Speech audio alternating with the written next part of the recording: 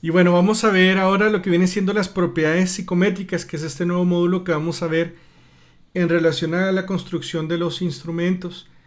Entonces, bueno, vamos a empezar con un poquito de la teoría clásica de los test. Hay variables que podemos medir de manera directa, como el peso o la estatura, ¿no? O sea, si queremos medir la estatura, pues sacamos una cinta métrica. Si queremos saber el peso de alguien, pues usamos una báscula, una pesa y medimos directamente estas características, estas propiedades físicas. Si yo le preguntara a usted, ¿podemos medir el peso con un cuestionario? La respuesta automática de la mayoría de nosotros sería, no, no se puede, para eso está la pesa. Pero la respuesta es que sí, o sea, sí pudiéramos medir el peso con un cuestionario de peso, escala de peso, como le quiera llamar, donde la persona llenara algunos ítems, algunas preguntas, sacamos un puntaje y determinamos qué tan pesada está alguien, qué tan pesada está esa persona. Alguien me va a decir, pero ¿por qué lo vamos a medir con un cuestionario? O sea, sí, claro, mejor medimos con la báscula, ¿no? Sin embargo, si quisiéramos, sí lo pudiéramos medir. Aquí solamente tendríamos que pensar en qué preguntas tendríamos que hacer para más o menos determinar qué tan pesado está alguien. Por ejemplo, una de las preguntas puede ser, ¿no? ¿Qué porcentaje de la gente que te rodea pudiera cargarte si así lo quisiera? Si alguien dice, no, pues el 5% de los que me rodean pudieran cargarme si así lo desearan, pues son muy poquitos, quiere decir que la persona es muy probable que sea muy pesada. Si la persona dice, no, pues el 98% de la gente que me rodea me pudiera cargar si lo quisiera, quiere decir que es muy probable que la persona pues esté muy liviana, pese muy poquito. En general eso significaría, claro, también dependería si la persona tiene amigos muy fuertes o amistades muy fuertes o muy débiles, ¿no? Entonces, eso también influiría, pero bueno, por eso no es un ítem, son varios ítems, ¿no? ¿Cuántas veces estás sentado en el último año en una silla y la has quebrado? También puede ser un indicador de qué tan pesada está la persona, ¿no? Entonces, pudiéramos pensar, ¿verdad? Claro, aquí los expertos, ¿no? ¿Cómo pudiéramos hacer para que con un cuestionario, una escala, nosotros pudiéramos medir el peso? O sea, igual y no lo vamos a medir en kilogramos, pero sí podemos sacar un resultado donde lo comparemos con los demás y dijéramos, este puntaje comparado con los demás quiere decir que la persona está muy liviana o muy pesada. Lo pudiéramos hacer si lo queremos, pero no lo hacemos porque podemos medir directamente el peso a través o usando una báscula. Ahora, en psicología o en las ciencias sociales, hagan de cuenta que medimos el peso como si lo midiéramos con un cuestionario. En vez de medir el peso con una báscula, lo medimos con un cuestionario. Así estamos en psicología. Todas las cosas que medimos en psicología, por ejemplo, el cuestionario de depresión, es como si quisiéramos medir el peso con un cuestionario de manera indirecta, nomás que si medimos la depresión con un cuestionario. O sea, un cuestionario, una escala, es una manera indirecta de medir todo lo que queramos medir: ansiedad, depresión, estrés, autoestima, lo que a usted se le ocurra. Son maneras indirectas de medir lo que nosotros queremos estudiar. A veces se nos olvida y pensamos que las escalas o los cuestionarios son infalibles, pero no son. Los cuestionarios estamos midiendo algo como si estuviéramos midiendo el peso con un cuestionario de manera indirecta. Ahora, en psicología, como en las ciencias sociales, añádale que nosotros trabajamos con constructos. Por ejemplo, ¿qué es la inteligencia? ¿Cómo la define? Hay varios autores que la definen de distinta manera, entonces ni siquiera hay a veces un grado de acuerdo, ¿eh? O sea, hay muchas cosas en las que coinciden, pero hay otras en las que no.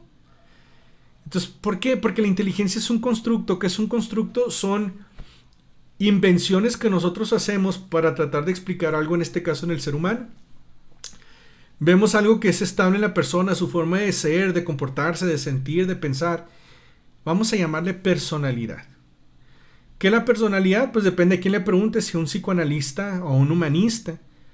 O sea, la personalidad es un constructo y es un constructo que varias corrientes lo pueden definir de distintas maneras, o inclusive distintos investigadores lo pueden definir de distintas maneras.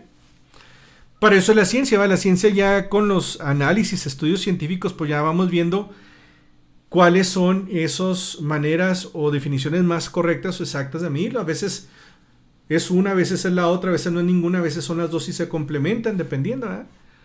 Pero no hay que olvidar que en psicología trabajamos con constructos que puede que no existan como tal, y no solamente trabajamos con constructos, sino que lo medimos de manera indirecta, como si quisiéramos medir el peso con un cuestionario en vez de una escala. Así estamos en psicología.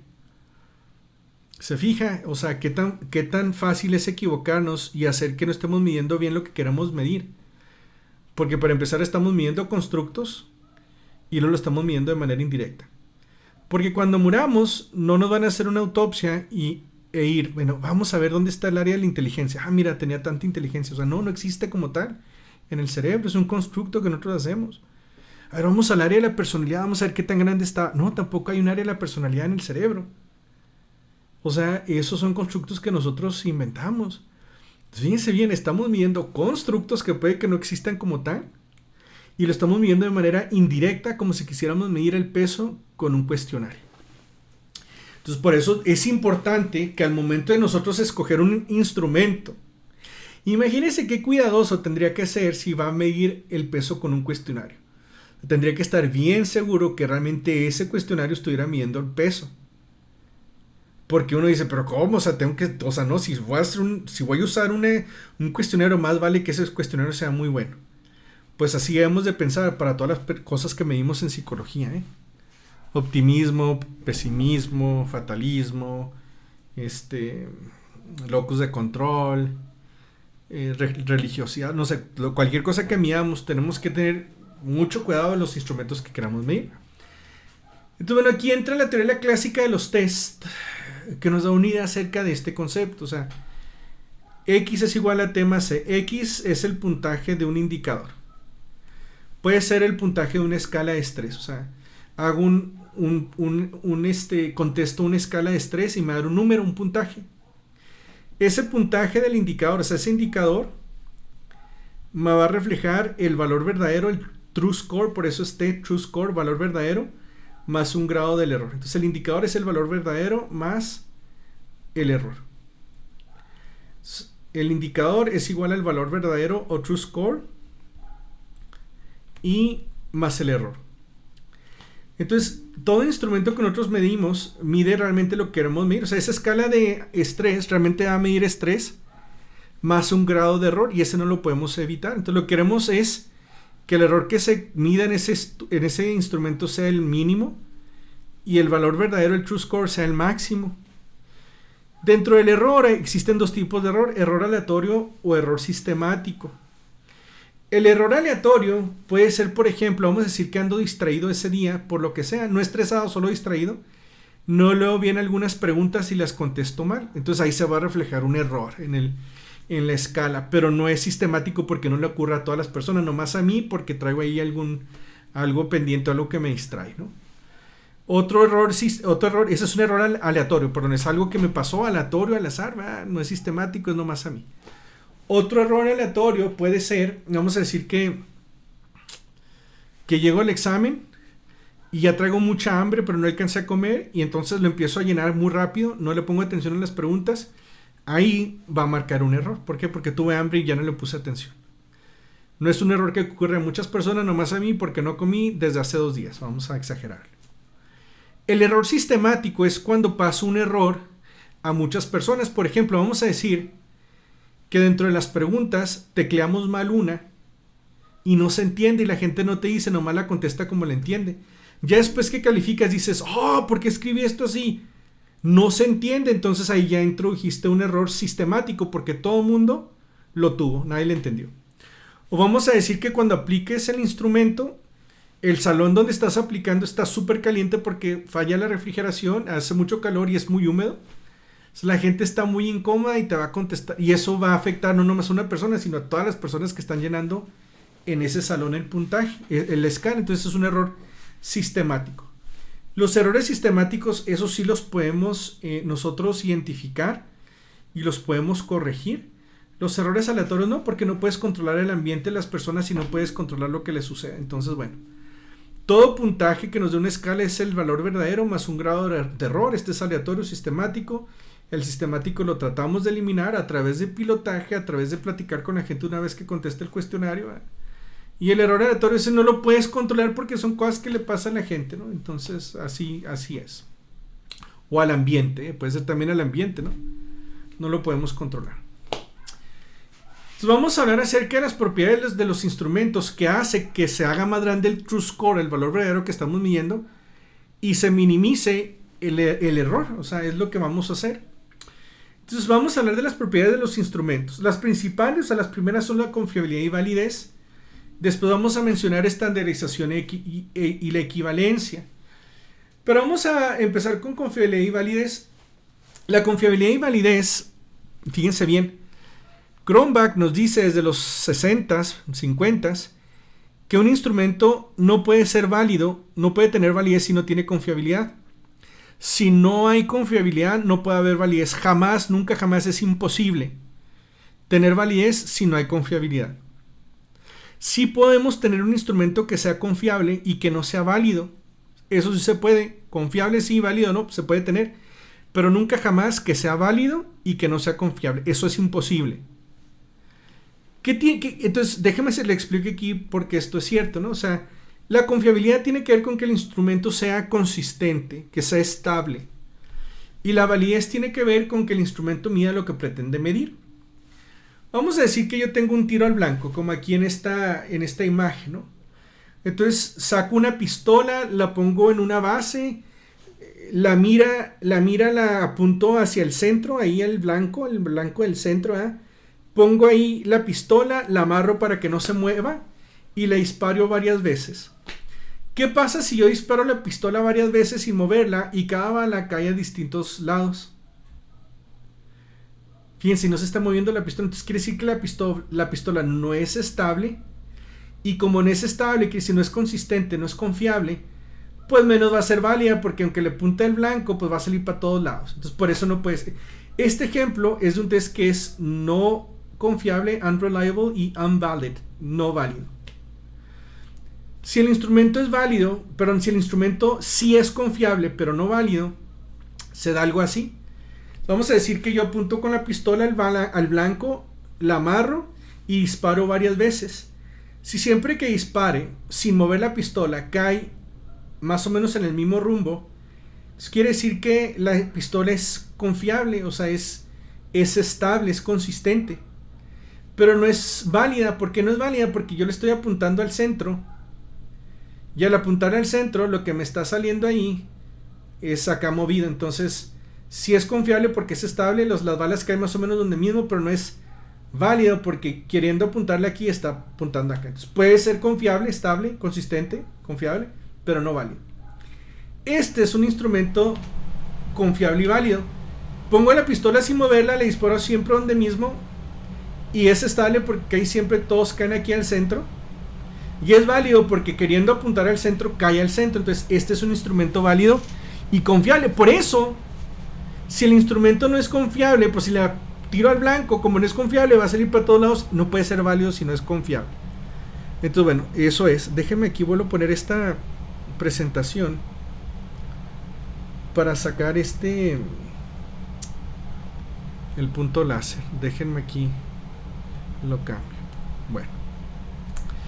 Bueno, construcción de una escala. Cuando construimos una escala, pues necesitamos tener una definición conceptual, que es cómo definimos teóricamente el constructo, y la definición operacional, que es cómo vamos a medir el constructo, o sea, la escala, por lo general es cuál es el cuestionario, la escala, el inventario, o cuál es la medida observacional o conductual que vamos a usar. Esa es la definición operacional, cómo lo medimos. Pero antes de hacer una escala, tenemos que ver cuál es el concepto que vamos a usar como base. No puedo decir, voy a hacer una escala, ¿de qué? Del amor, ok, y empiezo a hacer los reactivos sin basarme en una teoría. No podemos. Primero tenemos que buscar una definición conceptual, un modelo sólido, propio de alguien, y luego empezamos a desarrollar los ítems. Por ejemplo, vamos a decir que queremos desarrollar una escala del amor. ¿Qué es el amor? Bueno, déjenme decirles que hay estudios científicos. Bueno, pues ya sabemos, ¿verdad? Uno de ellos, de los más fuertes, es la teoría triangular del amor de Robert Sternberg. Y él nos explica que el amor consta de tres componentes que son el compromiso, la intimidad y la pasión. El compromiso es decidir que se quiera a alguien más a corto plazo. Y compromiso de mantener ese amor a largo plazo. Suele aparecer con otros dos componentes, pero puede permanecer cuando estos desaparecen. Se puede darse solo. Implica mantener una relación en los buenos y en los malos momentos, ¿no? Es cuando una persona decide, se compromete a amar a alguien. Un ejemplo muy claro, pues no sé, es el amor del padre al hijo, ¿no? O de un hermano al otro. O sea, no importa lo que el hijo haga, el padre, la madre siempre lo va a amar. Es un amor de compromiso, aunque no haya intimidad, no haya una relación, no haya pasión, ¿verdad? Pero yo me comprometo a hacerte siempre bueno contigo, ¿no?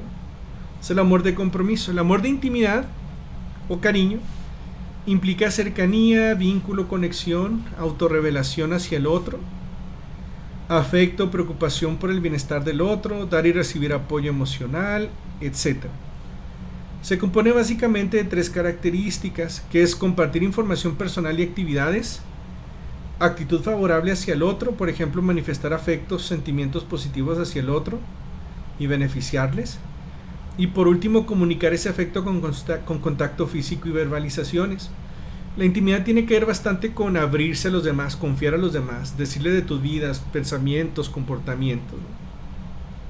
Y que la otra persona también lo haga hacia ti, o sea, la intimidad va hacia los dos lados, ¿no? Además de que hay algún afecto y hay algún tipo de manifestación de este cariño, ¿no? Y la pasión es el gran deseo sexual o romántico principalmente, ¿eh? Acompañado de excitación psicológica. Es un deseo intenso de unión con el otro. Atracción física es como parte fundamental. Pero la pasión también puede aparecer de otra forma, como deseo de compartir con el otro sin ser sexual, entre familiares, por ejemplo. Entonces la pasión es esta parte romántica, no pasional. Si yo voy a hacer una escala, entonces yo voy a hacer una escala con 3 factores, donde un factor va a ser compromiso, otro intimidad y otro pasión.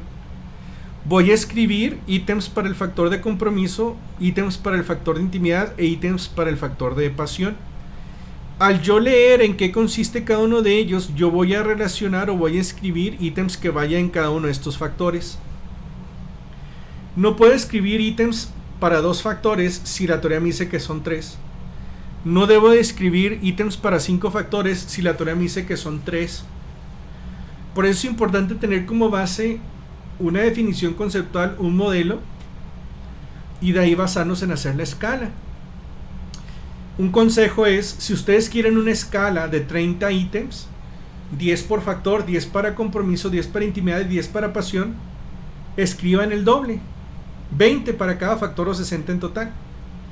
Porque, déjeme decirle por experiencia, si yo quiero una escala de 30 ítems, al hacer los análisis, es muy probable que no todos los ítems sean buenos y que tenga que desechar algunos porque no están bien. Entonces ya en vez de tener 30 voy a tener 25. Y entonces en vez de tener 10 reactivos por factor voy a tener algunos menos porque deseché 5 ítems. Ahora imagínense, si yo quiero una escala de 10 ítems por factor, pero escribí 20 ítems por factor. Entonces si escribo 20 ítems por factor, entonces puedo seleccionar los 10 mejores dentro de cada factor y así no me va a faltar ninguno.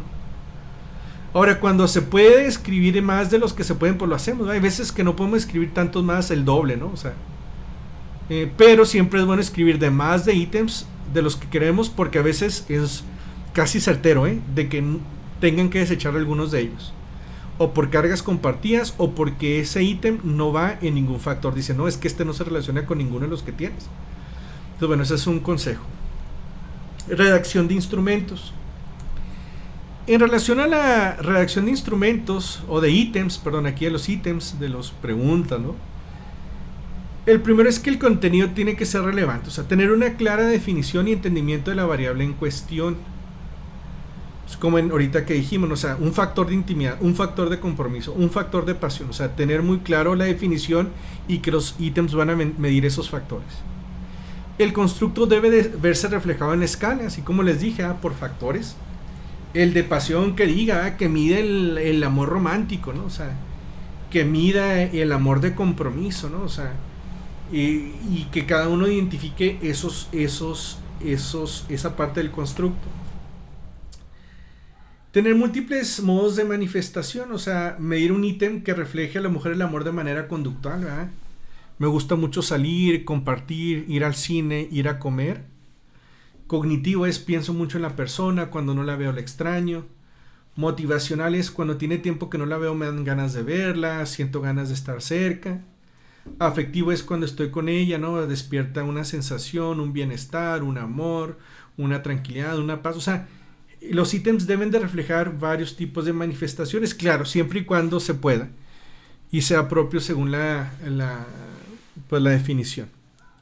El número de ítems, entre más ítems es mejor porque hay mejor confiabilidad. Si vamos a medir una escala en general como estrés, necesitamos más ítems porque necesitamos medir estrés en el trabajo, estrés en la familia, estrés con los amigos, estrés en el tráfico, estrés en la escuela, no sé, estrés en varios tipos de situaciones. Si es una escala más específica, pues no necesitamos tantos reactivos, ¿verdad? Por ejemplo, una escala de estrés académico. Entonces son preguntas específicas para puras cuestiones académicas e ignoramos todos los demás ambientes. Entonces tiende a ser una escala más corta, ¿no? Y bueno, el tiempo de administración. Es cierto que entre más ítems, pues hay mejor confiabilidad en el instrumento. Pero también si tenemos muchos ítems, pues puede tomar mucho tiempo. Y si queremos aplicar a muchas escalas a una misma persona, pues a veces si son muy largas no se puede porque la persona se cansa o lo deja de contestar bien. Entonces es ese balance, o sea, tener varios instrumentos y que se mida bien o tener menos y que la gente no se fatigue y lo termine contestando bien. Porque si son muchos, pues a veces la gente se descuida. Entonces hay que tener ahí pues cuidado de que sean los suficientes, pero no de más de los que necesitemos, para que la persona no se canse y tengamos una medida que podamos aplicar en varias situaciones. En investigación, inclusive hasta en la práctica clínica diaria, ¿no? Bueno, redacción de ítems, claridad en el lenguaje. Los ítems e instrucciones deben de ser fáciles de entender, que requiera poco esfuerzo cognitivo de las personas. Antes de aplicar el cuestionario ya para evaluarlo, dénselo a gente que lo pilotee, o sea, que lo conteste. Gente no académica, no de la universidad, no doctores, no ingenieros, no médicos, gente que tenga nivel educativo de primaria, secundaria, preparatoria, y que lo lean y asegúrense de que se entienda bien. Una vez que lo contesten, pregunten parte por parte qué les pareció. A ver las instrucciones, ¿se entendieron, no se entendieron? ¿Qué cambiarían, qué no entendieron? Ítem 1. Lo leen, ¿verdad? O sea, si se entendió o no se entendió, qué palabras no se entendieron, ¿verdad? ¿Qué sugieren? El formato de respuesta, bueno, se entendió aquí, cómo se tenía que responder, ¿verdad? Entonces, a veces la gente te va a decir cosas muy obvias para ellos que uno no piensa que sean problema, pero pues sí son problemas ya cuando te lo dicen, ¿no? Entonces, pilotenlo siempre nomás para ver que está fácil de entender para todo el mundo. A no ser que su instrumento sea para una población con un nivel educativo más alto. De hecho, hay un análisis, busquen en internet nivel de lectura, o sea, en inglés es readability, read de leer, readability de texto.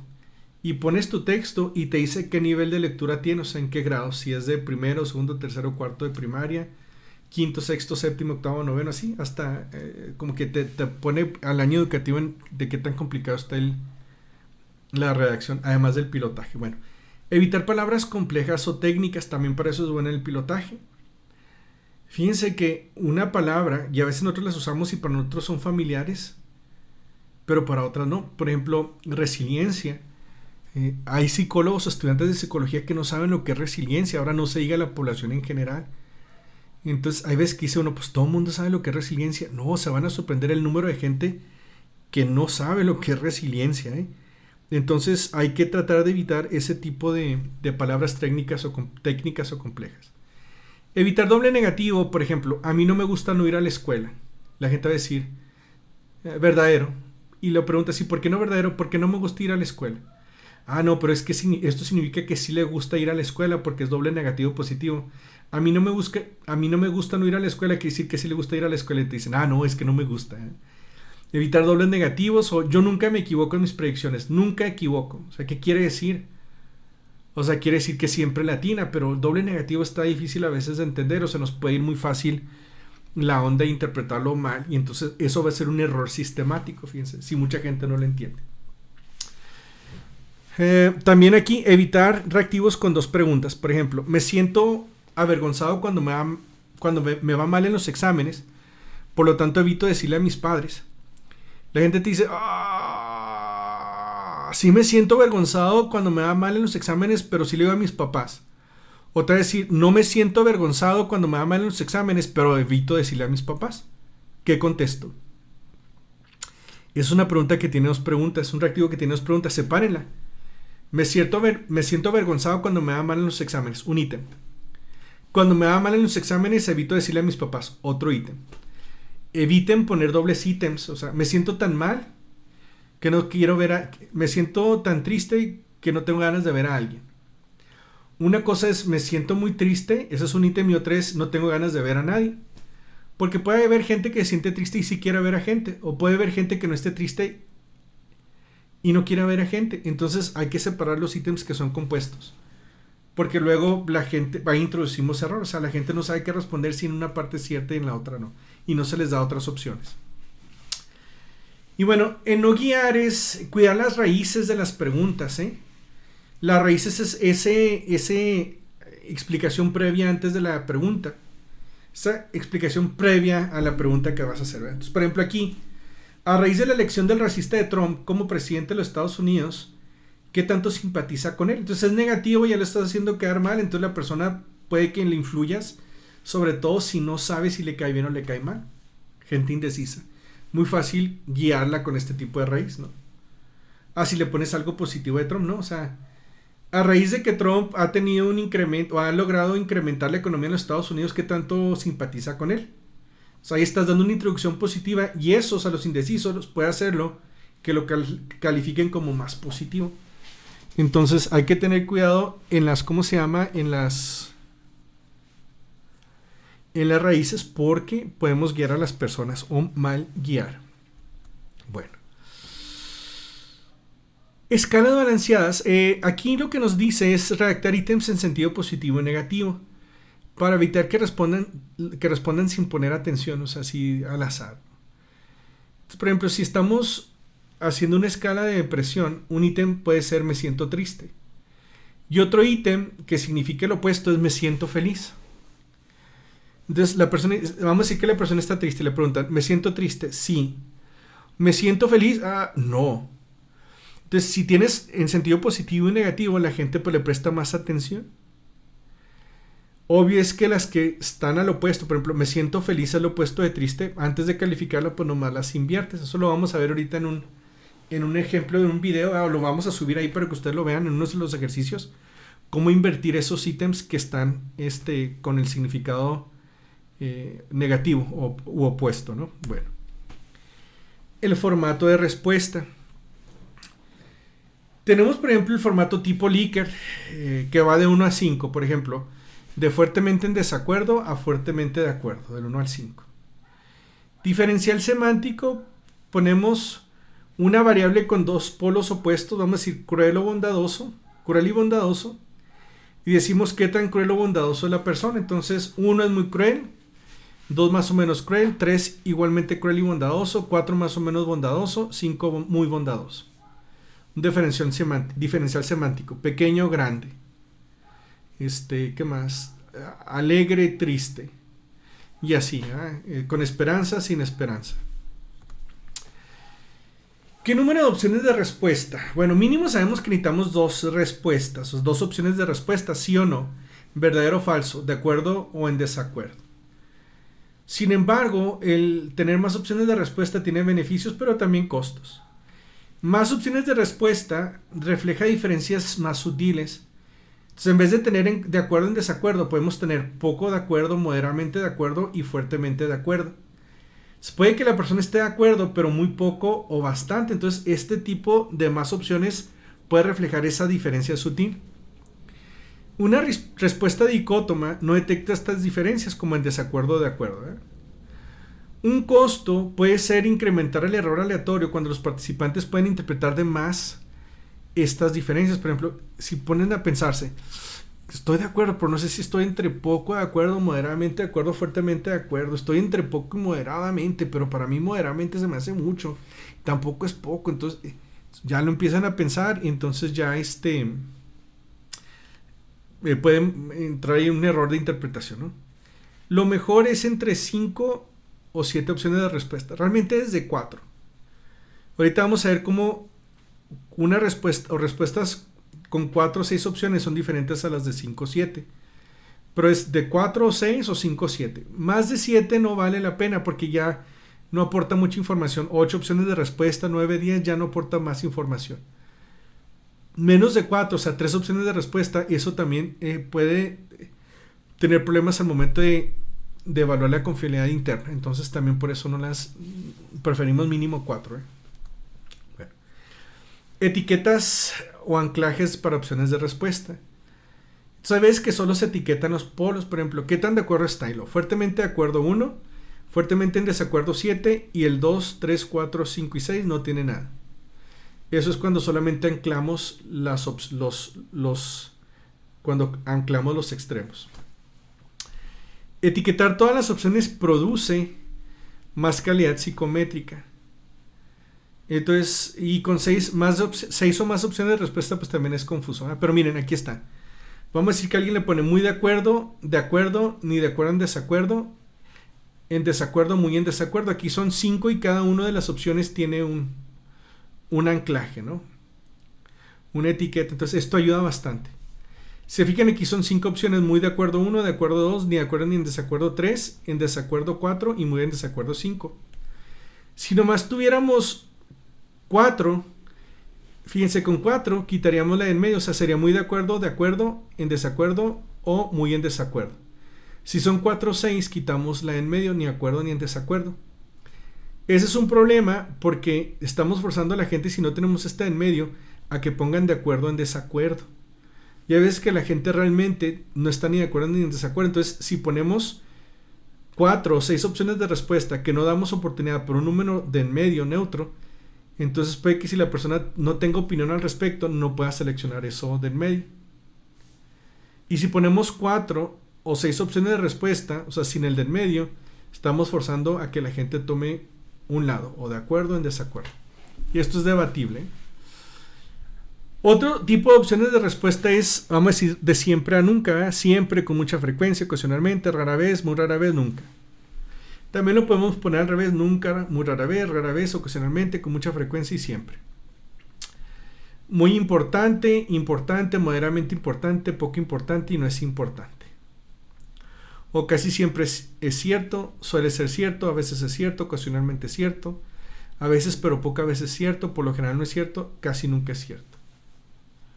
Bueno, estos nomás son ejemplos. Ahí pueden ustedes buscar más en páginas de internet o en las escalas que ustedes han contestado también ahí.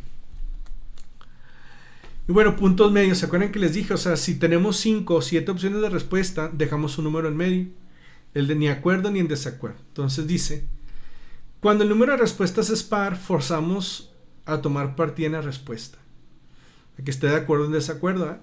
Cuando el número de respuestas es impar, como 5 o 7, se puede reflejar una opción neutra o neutral. Por ejemplo, ni acuerdo ni en desacuerdo. Esto es mejor porque haces pensar a los participantes. La bronca de tener una opción neutra es que puede ser una salida fácil para las personas que no estén motivadas para contestar o que no quieren pensar detenidamente. No, ni acuerdo ni en desacuerdo, puro neutro. Es el riesgo. Sin embargo, los puntos medios reflejan puntos neutros sinceros y mejoran la calidad de la escala. O sea, realmente es mejor tener un punto neutro a no tenerlos, en caso que se preste tenerlos. Hay veces que no. Si vamos de nunca a siempre, pues no tiene caso un punto neutro porque no va de menos a más, pero cuando se puede, pues sí, es bueno tenerlos. También es importante que todos los ítems tengan el mismo número de respuestas para que todos los reactivos tengan el mismo peso. Si unos ítems tienen 4 opciones de respuesta, otros 5 y otros 6 y otros 7, no todos van a tener el mismo peso, entonces tienen que tener el mismo número de opciones. Y también el orden de las respuestas debe ser constante para todos los ítems y así evitar confusión. O sea, si va de nunca siempre, que siempre vaya nunca siempre, nunca siempre, nunca siempre. Si cambias de nunca siempre, luego este va de siempre a nunca, y lo de siempre a nunca y lo de nunca siempre, confundes a la persona. Todos los formatos de respuestas deben de ir en el mismo orden, de nunca a siempre, o de totalmente en desacuerdo a totalmente de acuerdo, o como ustedes lo elijan, pero todos deben de tener el mismo orden. Eso ayuda a que las personas no se confundan. Bueno, ahora vamos a pasar a lo que viene siendo la confiabilidad. La confiabilidad evalúa si el instrumento es confiable, consistente, si es constante. Entonces, el primer tipo de confiabilidad es la confiabilidad entre calificadores. Esta confiabilidad se evalúa cuando el instrumento que aplicamos necesita ser interpretado. Por ejemplo, un test proyectivo, pues no te da un puntaje, sino que una persona dibuja o reporta ciertas cosas que ve en ciertas tarjetas, y tú anotas las respuestas y luego se lo das a un psicólogo para que lo interprete, lo califique. Ahora, para evaluar la confiabilidad entre calificadores, como es de interpretación, se lo das a 2 psicólogos. Si los 2 psicólogos sacan el mismo diagnóstico, entonces quiere decir que tiene una buena confiabilidad entre calificadores. Si un psicólogo interpreta una cosa y el otro otra, entonces no hay acuerdo, entonces hay mala confiabilidad entre calificadores. Y si no hay confiabilidad, no puede haber validez. Entonces, bueno, la confiabilidad entre calificadores es el grado de acuerdo en las calificaciones de la misma conducta proporcionada por 2 observadores. También, no nomás en proyectivos se usa o se evalúa la confiabilidad entre calificadores, porque interpretamos resultados también en test de observación. Vamos a decir que esta persona está observando si la niña en este caso se distrae o pone atención a las imágenes. Ahí está poniendo en su hoja, ¿va?, el número de veces que se distrae, vamos a decir. Entonces, puede que lo que observe una persona no sea objetivo, entonces por eso siempre deben de haber 2 personas observando. Después de que observan las 2 personas, una misma persona, comparan los puntajes y se evalúa la confiabilidad entre calificadores. Estaba un estudio de una maestra cuando estaba en licenciatura que comparaba el número de gente que subía las escaleras eléctricas y las escaleras regulares. Teníamos 2 contadores y luego contábamos cuántas veces subía la gente por cada lugar. Pero siempre que observábamos algún lugar que tuviera escaleras y luego enseguida escaleras eléctricas, íbamos siempre 2 personas a observar. ¿Por qué? Para evaluar la confiabilidad entre calificadores, que nuestras observaciones fueran iguales. Entonces es importante, si uno observa una cosa y el otro otra cosa, entonces no sirve la medición. Bueno, esta confiabilidad entre calificadores solamente cuando tenemos que interpretar los resultados. Confiabilidad interna. La confiabilidad interna se evalúa cuando los ítems son verdadero o falso, sí o no, ¿verdad?, o cuando son escala tipo Likert, del 1 al 5, del 1 al 6, del 1 al 7. Entonces ahí evaluamos la confiabilidad interna. O sea, por lo general cualquier test de depresión, ansiedad, autoestima, fatalismo, todo eso, nosotros podemos evaluar su confiabilidad interna, que es el grado en el cual se correlacionan entre sí las respuestas, los reactivos de una prueba, ¿no? Entonces, si todos los reactivos miden un mismo constructo, si los 10 reactivos de la escala de depresión miden depresión, entonces las respuestas de los 10 reactivos deben de tener una correlación entre sí muy fuerte. ¿Cómo lo evaluamos? Con un alfa de Cronbach. El alfa de Cronbach nos dice qué tanto se relacionan los reactivos entre sí. Entonces el alfa de Cronbach puede tomar valores de 0 a 1. Si es 0.70 a 1, está bien. Con que alcance el 0.70 ya lo hicimos. De hecho, 0.70, 0.80 es aceptable, 0.80, 0.90 es bueno y 0.90 a 1 es excelente. Nunca es 1, ¿verdad? Pero es bueno. Si es menor de 0.70, ya con que sea 0.69 para abajo, ya es malo, ¿eh? Cuestionable, pobre e inaceptable. Entonces siempre queremos una confiabilidad interna, un alfa de Cronbach de 0.70 o más arriba. Bueno, Entonces con puros ítems escala tipo Likert o de sí o no. Y bueno, TR-test, la confiabilidad TR-test, lo evaluamos cuando el instrumento mide algo estable o confiable. Si medimos el hambre no es un constructo estable, o sea, los niveles de hambre varían en el día, ¿no? Estado de ánimo también varía durante el día. Pero si medimos inteligencia, la inteligencia es un constructo estable que no cambia a través de los años o muy poco. La personalidad también es algo que no cambia, es estable a través de los años. Entonces, cuando lo que queremos medir es un constructo estable, entonces podemos evaluar la confiabilidad TR-test.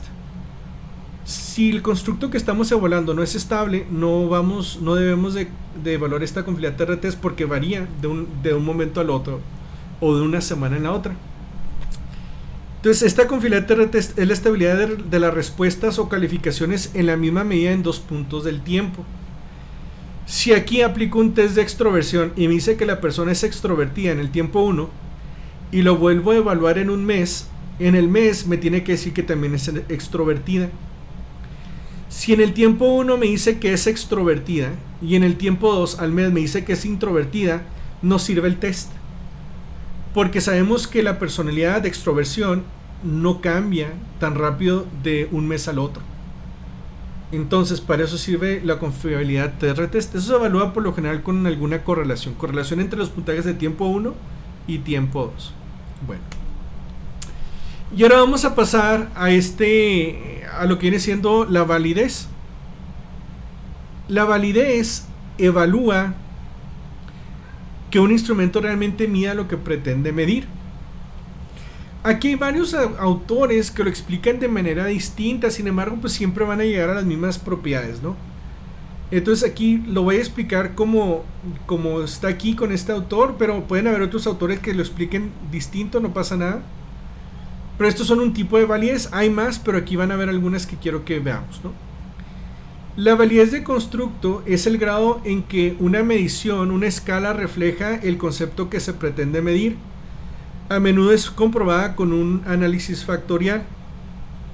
Por ejemplo, si yo voy a hacer una escala de los 5 grandes factores de personalidad, entonces mi escala debe tener o estar compuesta de 5 factores: amabilidad, responsabilidad, extroversión, neuroticismo y apertura a nuevas experiencias.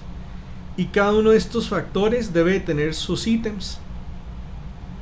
Por ejemplo, si veo que este ítem aquí, el N4, va en extraversión y este que supone que tiene que estar en extroversión, el E3, va en neuroticismo, esos ítems no sirven, entonces los desecho.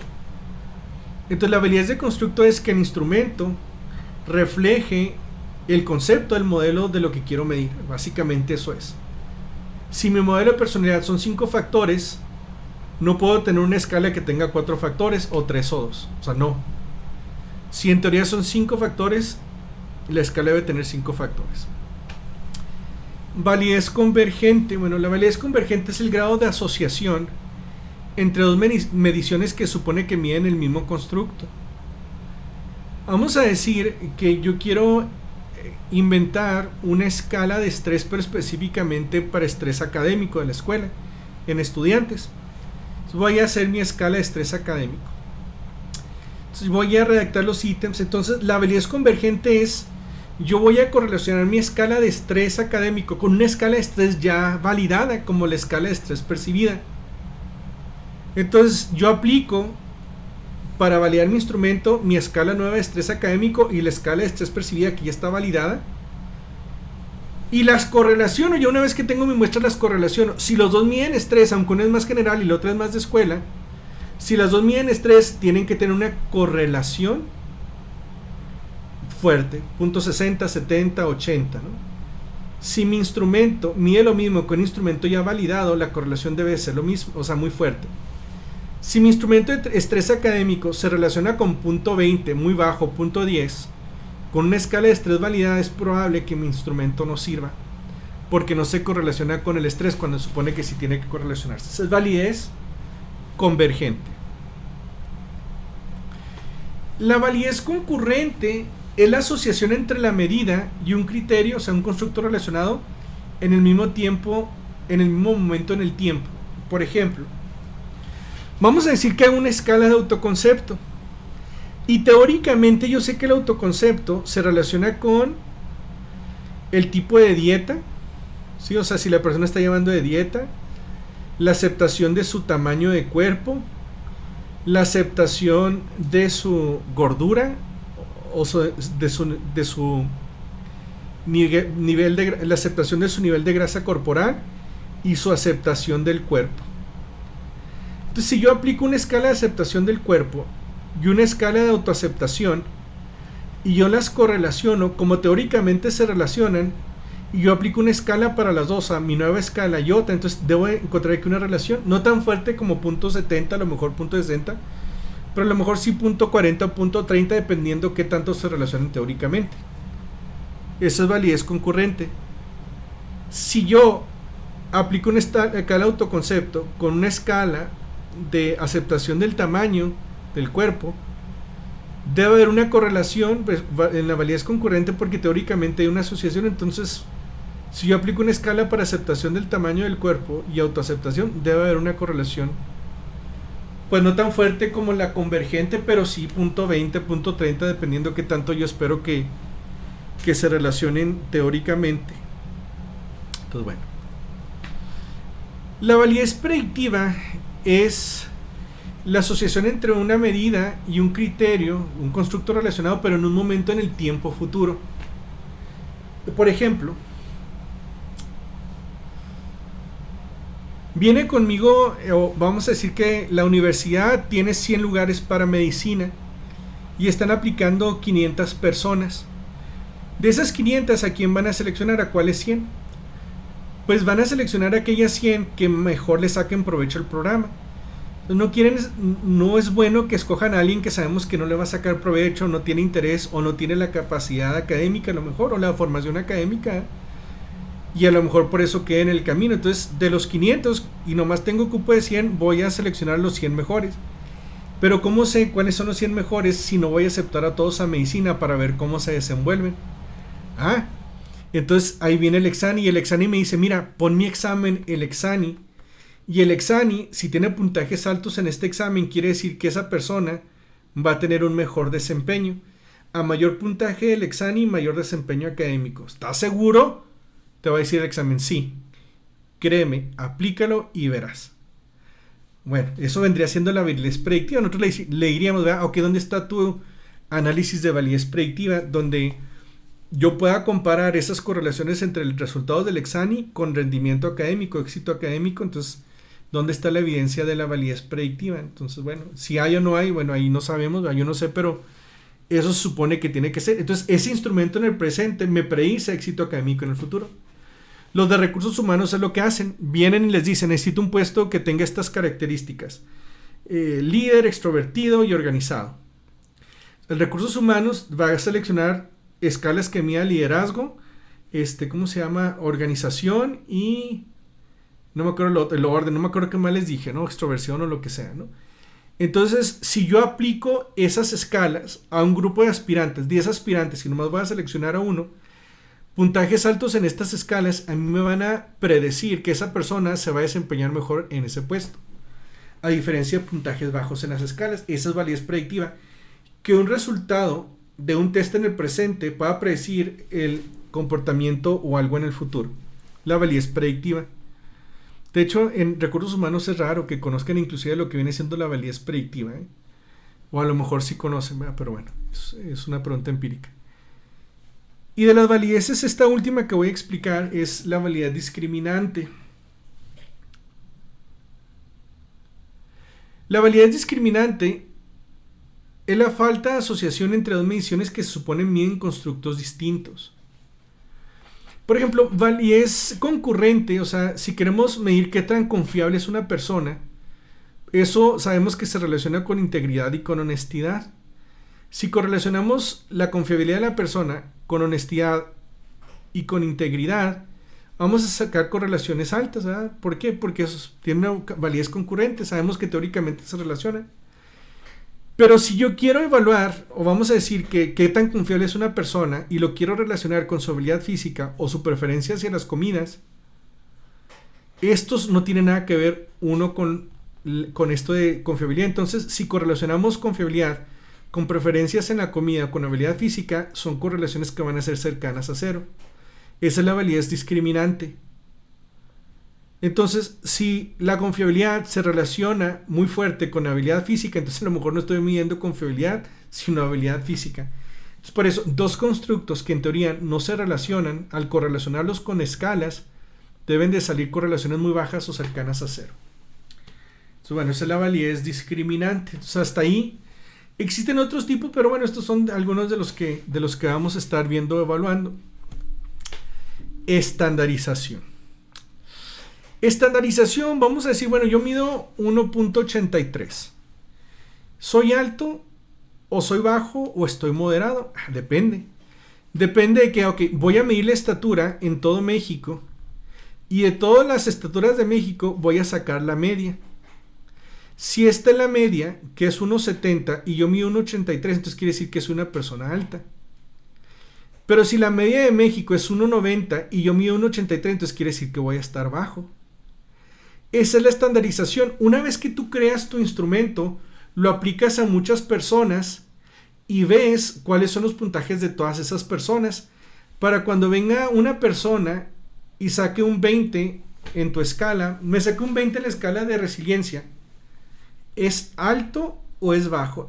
Déjame ver cuál es el promedio de la escala para ver si estás por arriba del promedio o por debajo del promedio. Esa es la estandarización. La estandarización es lo que me permite ver si una persona que se sacó un 15 es un valor alto o bajo. La estandarización es lo que me dice, bueno, mira, lo apliqué a toda la población y si tú sacaste 15 y el promedio es 7, entonces tú estás por encima del 7, el promedio, eres alto. O el promedio es 30, tú tienes 15, estás por debajo del promedio. Eso básicamente es la estandarización. Entonces, la estandarización aquí tiene que ver con distribución normal y puntaje Z. Este concepto ya lo habíamos visto antes. Entonces, cualquier cosa que midamos, variable numérica, una variable numérica va a tener esta distribución donde casi todo el mundo va a tener puntajes cercanos a la media, algunos muy bajos, algunos muy altos, pero casi todos están aquí en medio. En medio es un puntaje Z de 0. A una desviación estándar es un puntaje Z de 1, a dos desviaciones estándar es un puntaje Z de 2 y 3 y así. Hacia abajo es menos una desviación estándar o puntaje Z de menos 1, menos 2 o menos 3. Puntajes aquí son muy bajos, puntajes acá son muy altos. Habíamos comentado que puntajes anormales es de más 2 para arriba, quiere decir que ya están muy altos en comparación a la población, o de menos 2 para abajo ya son muy bajos en comparación a la población. De menos 2 para abajo o de más 2 para arriba son puntajes ya normales o muy altos o muy bajos. Entonces ahí, cuando nosotros sacamos la estandarización o las normas, que básicamente son las normas o los baremos, que nos ayudan a sacar estos puntajes Z para saber si están dentro de la norma o hacia afuera, entonces ya nosotros podemos identificarlos, si están o no están dentro de. Yo recuerdo mucho una vez que hice un ejercicio en una clase de psicometría y el profesor no era una clase de evaluación de personalidad, así se llamaba la clase, evaluación de personalidad, y recuerdo muy bien que este profesor nos hizo investigar una escala de personalidad y que sacáramos las propiedades psicométricas, o sea, la validez, la confiabilidad y precisamente las normas o los baremos. Y me acuerdo que yo buscaba los baremos, así como esta escala, puntaje Z o percentiles, que es lo mismo. Porque también en vez de tener puntaje Z, podemos poner un percentil. Por ejemplo, a menos 3 desviaciones estándar es un percentil 0.1. Quiere decir que está muy bajo, está en el 0.1. O sea, esta persona que tiene un puntaje Z de menos 3 está por encima del 0.1%. O sea, quiere decir que está súper bajísimo. Casi todo el mundo, el 99.9% está por encima de él, entonces está bajísimo. Es un 0.1 percentil. Una persona que tiene un menos 2 de puntaje Z va a tener un 2.3 percentil, que también viene siendo un puntaje muy, muy bajo. quiere decir que más del 97%, 97.7% está por encima de esta persona, o sea, tiene un valor muy bajo. Un puntaje Z de -1 está en un 15.9 percentil, o sea, está en el 15.9%, o sea, él está por encima del 15.9%, pero el resto está sobre él, ¿no? Un puntaje Z de 0 es un 50 percentil, o sea, está exactamente arriba del 50% de la población y por debajo del 50%. 84 percentil, pues es un puntaje Z de 1, 97.7 percentil es un puntaje Z de 2 y 99.9% percentil es un puntaje Z de 3. Entonces también podemos sacar ahí por percentiles. Un percentil cercano a 0 son puntajes muy bajos, cercano a 100 son percentiles muy altos, ¿eh? Entonces, en ese sentido, nosotros podemos calcular o los puntajes Z para saber si está por encima del +2 o -2, o percentiles que nos dice más o menos en qué porcentaje está en comparación al resto de la población. Entonces, bueno. Y me acuerdo que yo le dije a mi profe, no, la escala no tiene. Entonces me dice, no, sí, porque le tenemos que enviar el resultado de la escala. Entonces, miren, aquí voy a hacer un ejemplo, ¿no? Era algo similar. Por ejemplo, esta es la confiabilidad y validez de la escala de autoestima de Rosenberg en pacientes con diagnóstico de psicosis. Una población muy específica de pacientes con psicosis, ¿no? Entonces, si buscamos en este artículo, en Apuntes de Psicología del 2013, ¿no? De Vázquez Morejón Jiménez y Bellido Sanín, no vamos a encontrar exactamente como lo vimos acá aquí, pero fíjense. Y me acuerdo que mi profe me dijo, ok, tú dices que no, pero sí están. Y luego le puso un círculo donde venía la media y la desviación estándar del puntaje global o de los factores. Y después en clase me dijo, mira, Oscar, es que los baremos o las normas los puedes sacar de la media y la desviación estándar. Si tú sabes la media y la desviación estándar, entonces ya sabes, ya puedes sacar los percentiles porque tienen distribución normal, o puedes sacar los puntajes Z. Si una persona dice, no, me saqué un 30 quiere decir que está por encima del 50%. Si la media es 27, 30 está por encima. Si la persona te dice, no, me saqué un 20, quiere decir que está por debajo de la media. Entonces, con esto puedes sacar una distribución normal con este 27.25 y 5.76. Entonces, por ejemplo, aquí la media de esta escala de autoestima de Rosenberg, la media es 27.25, que está aquí. La media puntaje Z de 0 es 27.25. ¿Se acuerdan que aumenta una desviación estándar y luego más otra desviación estándar a 2 y la otra desviación estándar a +3? Y hacia abajo es -1 desviación estándar, -2 desviación estándar y así. Bueno, eso quiere decir que o sumamos la desviación estándar o la restamos. ¿Y cuánto es la desviación estándar? 5.76. Entonces 27.25 más 5.76, que es una desviación estándar, es 33.01. Más 5.76, que la desviación estándar, nos da 38.77. Más la desviación estándar de 5.76 nos da 43.53 de puntaje, ¿no? Hacia abajo, en menos de una desviación estándar, pues nomás le restamos el 5.76 a la media, nos daría 21.49. Y menos otra desviación estándar para acá, -2, es 15.76. A esto le restamos una desviación estándar del 5.76, nos da 9.97. Miren, esto ya más o menos nos da una idea. Podemos sacar los valores por cada puntaje Z de 2, 2.1, -2.2, -2.3, podemos sacar para cada uno, o por cada percentil, 1 percentil, 2 percentil, así hasta 99 percentil. O sea, lo podemos sacar, ¿verdad? Pero esta es más o menos una idea. Entonces, si la gente me dice, Oscar, me saqué un 40 en la escala de autoestima, 40 está por encima del 38 de desviaciones estándar, es un puntaje anormal positivo, tienes una autoestima grande, más grande que 2 desviaciones estándar, entonces es muy grande. ¿Sabes qué, Oscar? Me saqué un puntaje en la escala de ¿cómo se llama? En la escala de Rosenberg de 10. Entonces dices tú, 10, bueno, si ya sabes esto, 10, aquí ya tienes con qué compararlos con la población. Entonces 10, ¿dónde está? ¿Dónde está? Está entre aquí y aquí. 10, no, pues sí está muy bajo porque está entre -2 y -3 desviación estándar, está por aquí, casi en -3. Está muy baja tu puntaje de 10 en la escala de autoestima. Si alguien me dice, no, ¿sabes qué? Yo saqué un puntaje de 30. 30, ¿dónde está? Entre 27 y 33, está aquí, por aquí. No, es un puntaje normal porque está por debajo de 2 y estaba arriba de la media. O sea, es alto, pero está dentro de la norma.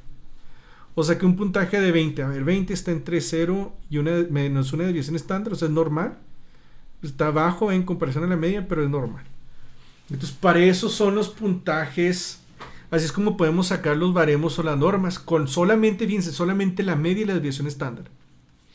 Hay veces que a mí se me ha olvidado en un artículo de validez de instrumentos, tengo como varios de estos, como 3 o 4 o 5 de validación de escalas, y siempre reporto análisis factorial confirmatorio, exploratorio, reporto confiabilidad interna, reporto varios tipos de índices, y hay veces que se me ha olvidado reportar las medias y desviaciones estándar del factor y del total.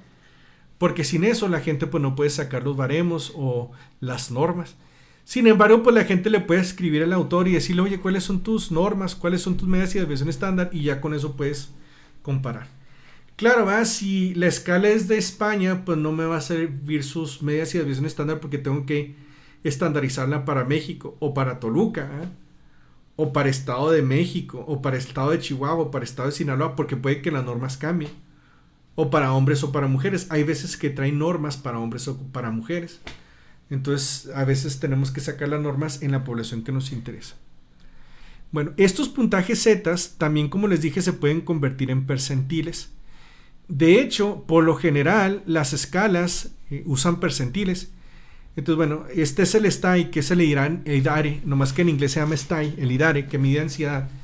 Vamos a decir, oye, no, mi tía sacó un puntaje en el STAI, mi tía mujer de 25. El 25 está en el 70 percentil, o sea, está alto. O sea, está por encima de la media, no está en los extremos, pero está alto. Oye, mi tía se sacó un 9. 9 es un 20 percentil, ¿no? De hecho, tu tía está dentro de la norma, pero está bajo en ansiedad. Oye, mi tío sacó un 20, 60 percentil, ¿no? Pues está más o menos como en la media, un poquito más arriba de 50, ¿no?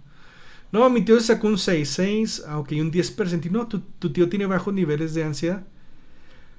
Aquí no sé cuál sea la diferencia entre el S o el R, no me metía, pero nomás usé este. Así. Y así es como usamos los percentiles. Hay veces que los percentiles están más específicos, Empieza con, no sé, 1, 2, 3, 4 y se van hasta el 100, ¿no? Entonces, dependiendo de... Sobre todo los manuales nos los da como percentiles, pero esos percentiles son los mismos puntajes Z, nomás que en vez de decirte el puntaje Z, ya te lo ha digerido de cuántos es el percentil de esa persona. Entre más alto el percentil, más alto el puntaje. Entre el más bajo el percentil, más bajo el puntaje.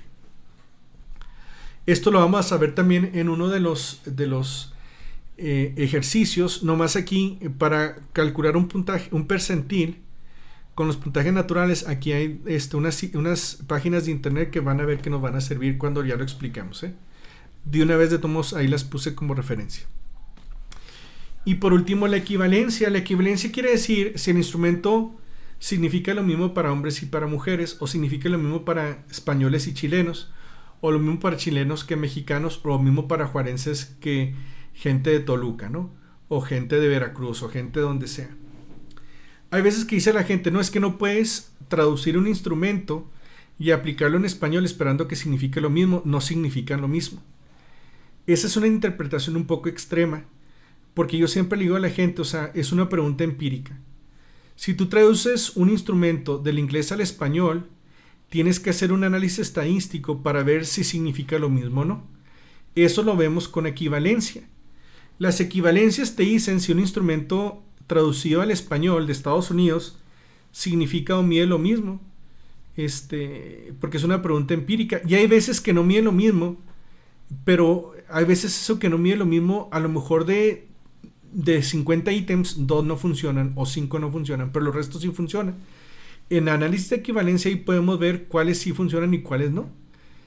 Para mi tesis de doctorado hice una escala en inglés y en español de fatalismo y medí la equivalencia con invariancia de medidas o measurement invariance, y en el análisis salió que la escala que había creado significaba lo mismo en inglés que en español, precisamente por ese análisis. Pero hay análisis de equivalencia de medidas que dicen que las escalas no son iguales, que varían a lo mejor en algún ítem o en algún factor. Entonces, bueno, para eso sirven esos análisis. Entonces, una escala en inglés y en español significa lo mismo, es una pregunta empírica, tenemos que evaluar la equivalencia. una escala significa lo mismo para hombres que para mujeres, es una pregunta empírica. Hay que hacer el análisis de equivalencia para ver si significa lo mismo. Entonces, bueno, básicamente eso es la equivalencia.